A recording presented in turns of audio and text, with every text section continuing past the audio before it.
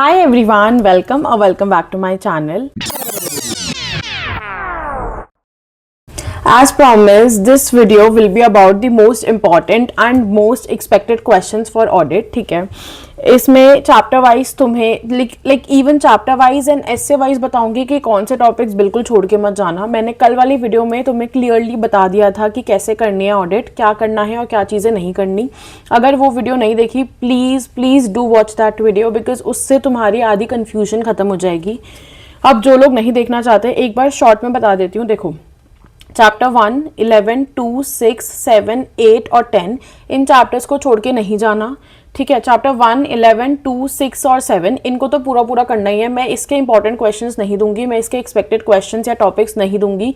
छोटे छोटे चैप्टर्स हैं, स्कोरिंग है, इनको करके जाओ प्लीज़. अच्छी खासी 30 to 40 मार्क्स की वेटेज रखते हैं एंड ईजिली कवर हो जाएंगी. उसके अलावा जो बच गया 3, 4, 5, 9, 8 and 10, these are the chapters which are a little bit lengthy. ठीक है, but 8 and 10 are manageable, they are easy to learn, they are like they are not very difficult. अगर पहली बार भी करोगे, if you will do it for the very first time also, then you will be able to crack it. Plus bank audit, that is chapter number 10. You know, it's an kind of lengthy chapter, but you will expect, you can expect a direct question or a case study in the MCQ from this chapter. So I don't recommend leaving this chapter. ठीक है. Other than this, for chapter number 3, 4, 5 and 9, you can skip any 2 chapters, but the condition is that all the other chapters, the rest of the syllabus is very, like, you have done it very well. ठीक है, there is no scope of any confusion या फिर कुछ provisions, कुछ ऐसे तुम्हारे नहीं रहते. Then only you can skip any 2 chapters out of these. अब इसमें भी if you ask me from 5 और 9, I think 5 will be seen in the paper more. 5 की ज़्यादा वेटेज होगी एज कम्पेयर टू 9. एंड 3 और 4 में से तुम अपनी प्रिपरेशन के हिसाब से, तुमने जो करा हुआ है या जो छोड़ा हुआ है उस हिसाब से कर लेना. ठीक है. अब एक चीज़ और, ये जो मैं इंपॉर्टेंट टॉपिक्स या क्वेश्चंस की लिस्ट दे रही हूँ, इसको तुम्हें यूज़ कैसे करना है. देखो, मैंने तुम्हें क्लियरली बता दिया कौन से चैप्टर्स पूरे पूरे करने हैं. I will not share the important topics for those chapter, क्योंकि यार उन्हें करो पूरा. ICI का नहीं पता, वो बिल्कुल अनटेस्टेड एरियाज़ को टेस्ट कर रही है, तो लाइक मैं भी एक्सपेक्ट नहीं कर सकती ना फिर वो क्या टेस्ट कर लेंगे. तो इसीलिए कुछ चैप्टर्स अपने ऐसे रखो कि उसमें से कुछ भी पूछा जाए, you will be able to answer. 8 और 10 भी देखो इतना वो नहीं है, मैं बोल रही हूँ उसको भी कर लो. बट हाँ, 3, 4, 5 और 9 के इंपॉर्टेंट टॉपिक्स दे रही हूँ. कोई 2 चैप्टर्स, ठीक है, 3 और 4 में से कोई एक और 5 और 9 में से कोई एक अच्छी तरह कर लेना. एंड बाकी जो दूसरा चैप्टर है ना, उसके एटलीस्ट इतने टॉपिक्स देख जाना. या फिर अगर तुमने बिल्कुल नहीं करा, बिल्कुल टाइम नहीं है, तो इन चारों चैप्टर्स के इंपॉर्टेंट टॉपिक्स देख लेना. मैं वीडियो में एक बार तुम्हें बता देती हूँ फटाफट से, and then I will share this list. देखो, प्रॉपर लिस्ट है पूरी. ठीक है, पूरे पेज की ये वाली लिस्ट हो गई एंड ये वाली लिस्ट हो गई. इसमें 10 तक है, इसमें 3, 4, 5, 9, 8 और 10 है. बाकी मैंने बोला है मैं नहीं दूंगी, तो प्लीज़ डोंट एक्सपेक्ट. ठीक है, प्लीज़ मत मांगना. बट अगर बहुत जिद करोगे तो आई विल शेयर. बट देखो, तुम्हारे ही भले के लिए बोल रही हूँ, अदरवाइज फिर बाद में पेपर से आके बोलोगे कि हुआ नहीं. ठीक है, ऐसे ऐसे हो गया ये वो, तो ऐसी चीज़ें अवॉइड करो.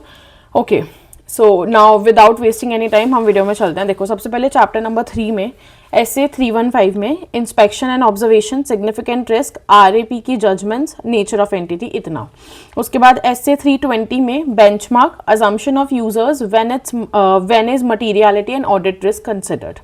इन SA 330, using audit evidence obtained from previous audit, that is test of controls, and how to design FAP. After this जो भी चीज़ें रह गई, जैसे कि audit risk, tools to review internal control, ICQ and CL, data analytics, misstatements very important, control environment, IT risk and impact when manual controls are relevant और not, very important. ठीक है, तो ऐसे टॉपिक्स हैं. And इतना करने के बाद अगर तुम्हारे पास टाइम बचता है, एनर्जी बचती है एंड तुम्हें कोई रिस्क नहीं लेना, then you can do the rest of the chapters, rest of the topics. ठीक है. अब फॉर चैप्टर नंबर 4, सबसे पहले I want to tell you कि यू कैन स्किप 501. ठीक है, it is not very important for Jan 26. तो इसमें मैंने बीच बीच में वो भी लिखा है कि कौन सी चीज़ इंपॉर्टेंट है for Jan 26 and which essays are not very important for Jan 26. So you can skip essay 501 and keep essay 530 in the last priority. ठीक है, क्योंकि इन दोनों में से लाइक बेसिकली इस अटेम्प्ट में आने के चांसेस कम है. आएगा क्या, ऐसे 500 and 550 are like the most expected, most important for this attempt. इनमें सेलेक्टिव स्टडी मत करना, ये दोनों ऐसे पूरे कर लेना, बट मैंने फिर भी टॉपिक्स लिखे हैं, बता देती हूँ एक बार। ऐसे 500 में inquiry, inspection, relevance and reliability, audit trail, selecting all items, inconsistency, types of audit evidence, info used as audit evidence. After that, for essay 550, definition, higher risk documents, special purpose entities. ठीक है, then ठीक है, essay 610, direct assistance in this agreement and cannot be used, very important, competence and objectivity. For essay 505, control over preparation, refusal by management, designing the request, ठीक है, the procedure of designing the request, objective definition and important terms for external confirmation. For essay 510, whether opening balance contains misstatement. For 520, techniques, factors, planning, definition, types and purposes. And इतना करने के बाद you can skip 501 and 530. Then last में you can do essay 600, definitions, procedure by principal auditor, and section 128 subsection 1, 2 and section 143 subsection 8. ठीक है, I hope कि एक idea मिल रहा होगा कि चीज़ें करनी कैसे है। सबसे पहले इतनी चीज़ें करो, एंड उसके बाद जो ऐसे हैं, जैसे ऐसे 500 हो गया, 550 हो गया, उसमें बाकी के टॉपिक्स देखो। जो चीज़ें मैंने बोली हैं कि जैसे एक एक चैप्टर पूरा करके जाना, तो वो वैसे पूरा करके जाना, बट हाँ इस ऑर्डर में शुरू करना, बिकॉज हम जो स्टार्टिंग में चीज़ें करते हैं वो हमें ज़्यादा अच्छी तरह आती हैं एज़ कम्पेयर टू बाद में, क्योंकि बाद में हम थोड़ा सा थक जाते हैं। ठीक है, next chapter number 5, I think this is the very important chapter for Jan 26, क्योंकि लास्ट अटेम्प्ट में आई गेस 5 to 6 7 मार्क्स का ही आया था सिर्फ। ठीक है, तो लाइक वो ऑटोमेटिकली फिर लाइक इस अटेम्प्ट के लिए इंपॉर्टेंट हो जाता है। इसको छोड़ के मत जाओ, मेरे को बहुत स्ट्रॉन्ग फीलिंग आ रही है that you will get to see a paper from this. ठीक है, अब इसमें भी क्या करना है, इसमें वैसे तो सेलेक्टिव स्टडी करना अवॉइड करना, चैप्टर 5 पूरा करने की कोशिश करो, बट सबसे पहले प्रायोरिटी किसको देनी है, for assets, trade receivable, cash and cash equivalents, loans and advances and PPE. For liabilities, trade payable, sweat equity, reduction of share capital and provisions. Expenses में depreciation, foreign travel, employee benefit. Receipts में sales, interest on FD, capital subsidy. And for notes, willful defaulter, capital work in progress, promoters shareholding and benami property. इतना करो, then बाकी topics करना। देखो सुन लो मेरी बात, ठीक है, ऐसी हवा में नहीं बोल रही, करके जाना बाकी टॉपिक्स भी।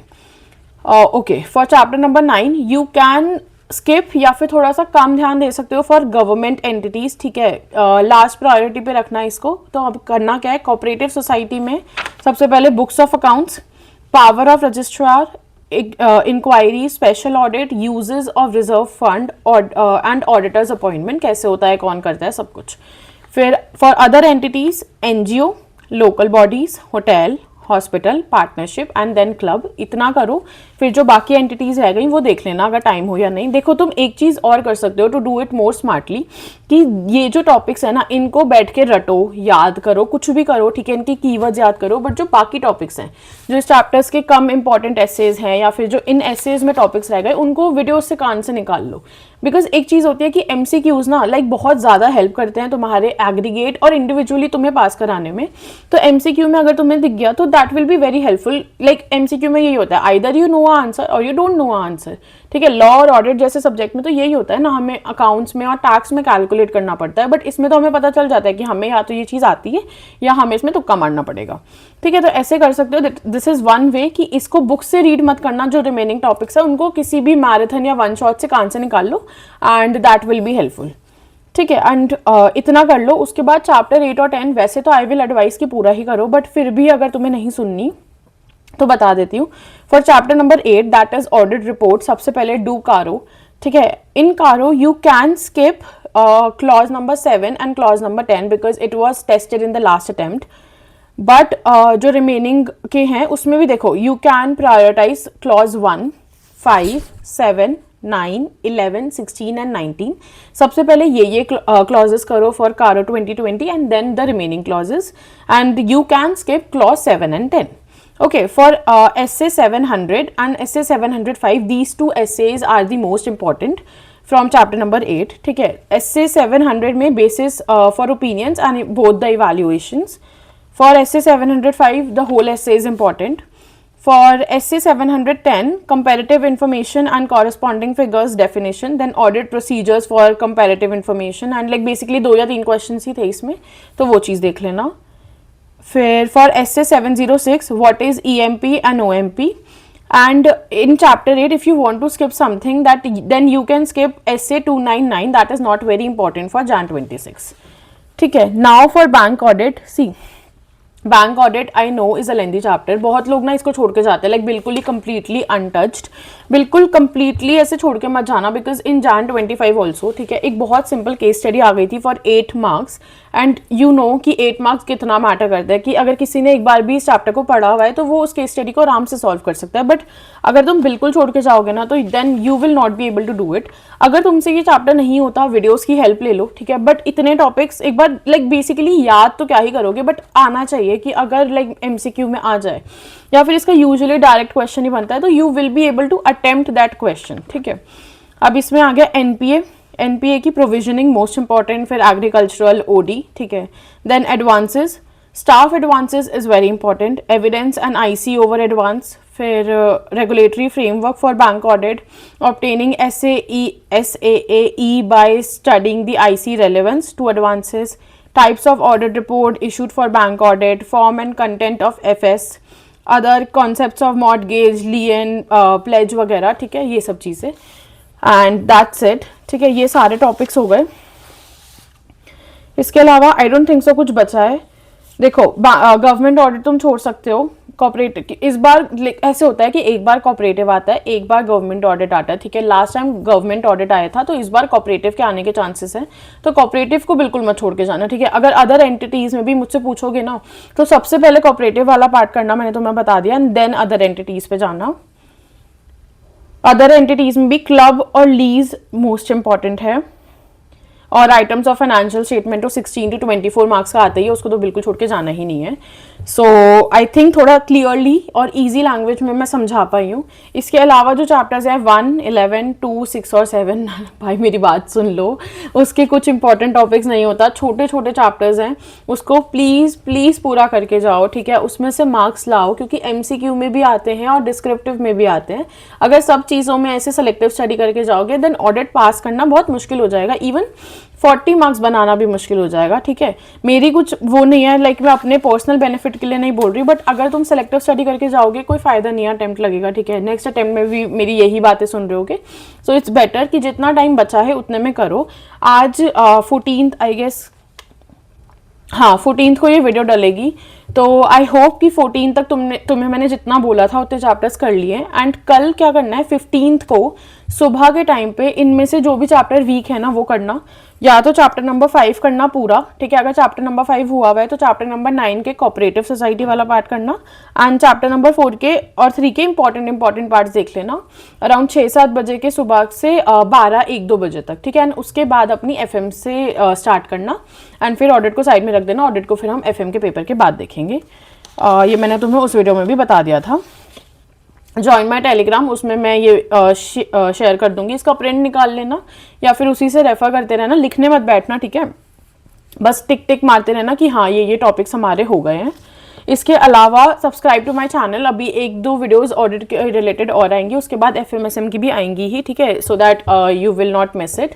ऑडिट की प्रेजेंटेशन और कैसे लाइक पूरा पेपर अटेम्प्ट वगैरह कर सकते हो, जैसे ग्रुप 1 की वीडियोज़ आई थी, बेसिकली सिमिलर वीडियोज़ आएंगी फॉर ग्रुप 2 ऑल्सो.